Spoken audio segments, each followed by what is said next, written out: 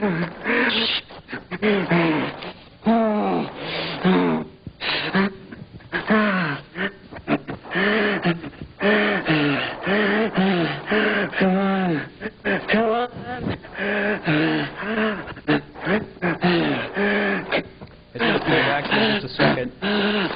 enough away that the electromagnetic disturbance doesn't bother them.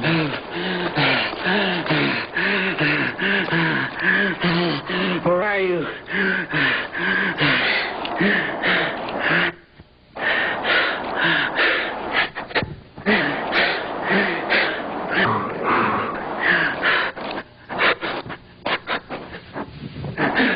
This is from about 100 feet away from me right now. He's standing on top of some trees that have fallen.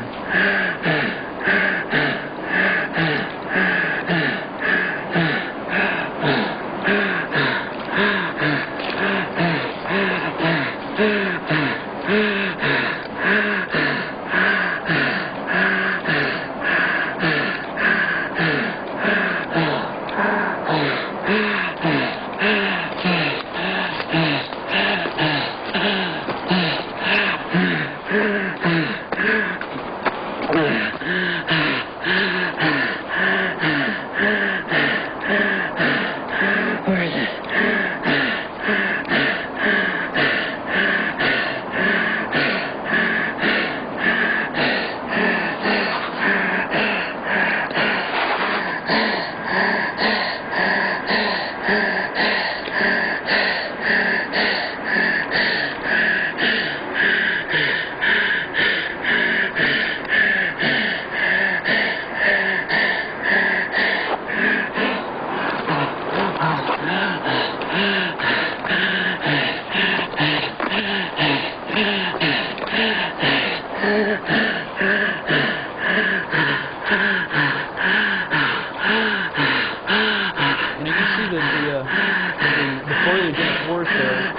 the branches and the plants actually get in the way right here of it. So, I mean, this is a physical object. It's obviously there. Some people tried to say that it was cut and pasted in some kind of Photoshop application or something. I mean, I don't know how you can look at this video and say that that object is not there.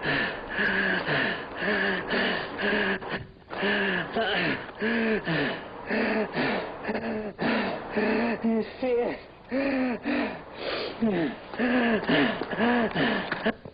Okay, continue that on. We're going to go ahead and show the house footage too. Might as well get that out of the way so that some of the people who haven't seen this footage can get a feel for how compelling and powerful this evidence really is. Turn the lights back down. You can turn the volume down just a little bit there. Okay, was there a question? It is in color. It's supposed to be.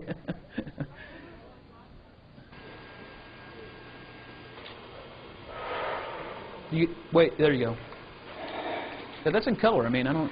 Does that not look in color to you? Yes. Yes, I'm going to talk about that. Now this is after he's brought this thing home. He was, as you can see in the forest video footage, he was extremely distraught. He was you know, having a reality check because he didn't understand what was going on. He was extraordinarily sick. He'd been vomiting for over an hour.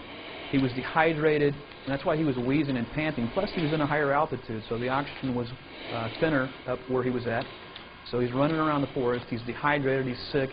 Well, he wrapped this thing up and decided he was going to try to hide it. Before he knew it, he was back to his car, and he ended up bringing it home with him. And this is a short time later, he decided that he was going to document it. Because he made some phone calls to some friends, and nobody had called him back. Curiosity got the best of him. He came home, got cleaned up, and then went and got this back out of the freezer that he had put it in his garage because he was afraid it would decompose. And now he's going to do a little physical examination on his own. He's either extremely brave or extremely stupid. I don't know which. But at this point, he actually thought it was dead. So we'll learn later that it wasn't dead.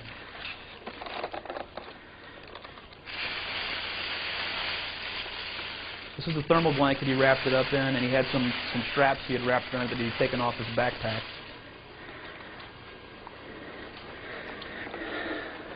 Yes, see, he is blinking. Now, he didn't actually see it blinking when he was recording this. He was looking through his viewfinder in his camcorder, which was a black and white viewfinder. It was about an inch square, and that eyeball probably represented about 2 or 3 pixels in that display. So it would have been very difficult to see.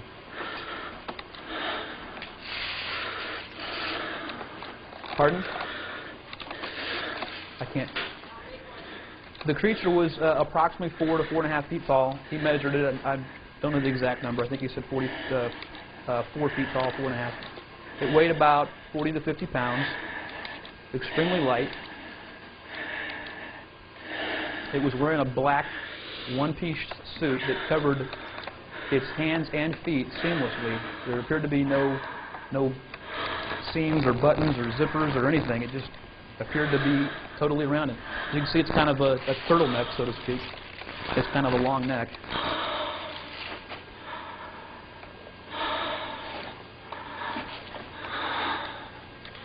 Well, we didn't have him medically examined, but I would say he had to have. He had quite a headache, and you'll see that later on. He actually, you know, well, some people don't know the story, so let me quickly recap after this video segment plays. How the creature actually got in this state is an interesting story all by itself.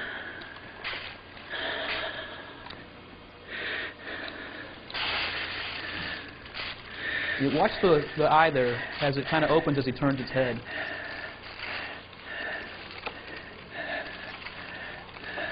He was a little out of it at that point, I would say. Now the noises that you're hearing here, those are coming from the creature. Now he thought that as he was moving its neck that air was just escaping from the lungs, and he just wrote it off as, you know, just this creature was still dead. Now he's kind of opening the eye there just to examine it.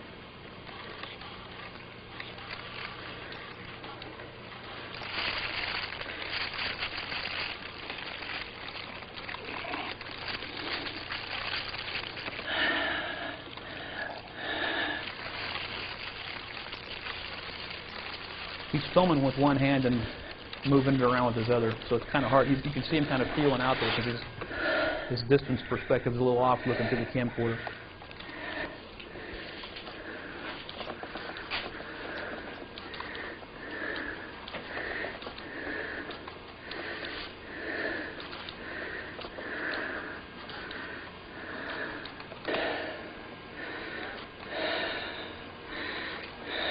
His what? Yeah, there is some blood up by the head. Oh, it was red. And I assume that it was probably red because it breathes air. It's oxygen-based, and therefore it probably used hemoglobin the same way that we do, and so its blood is going to be red also.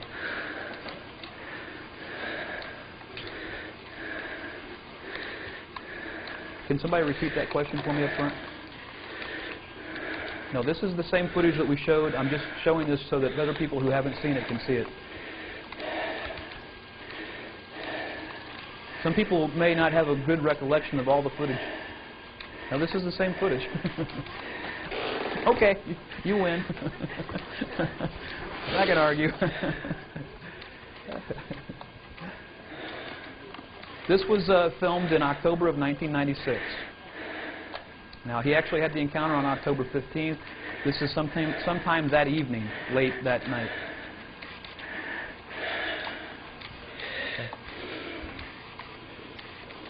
Yes. This is not the original. This is a copy of the original. The actual original, I believe, was stolen. This copy happened to have been sent off to a relative or a friend, I'm not sure which, and that's how he ended up still having it, because everything was taken out of his house. That noise came from the creature again.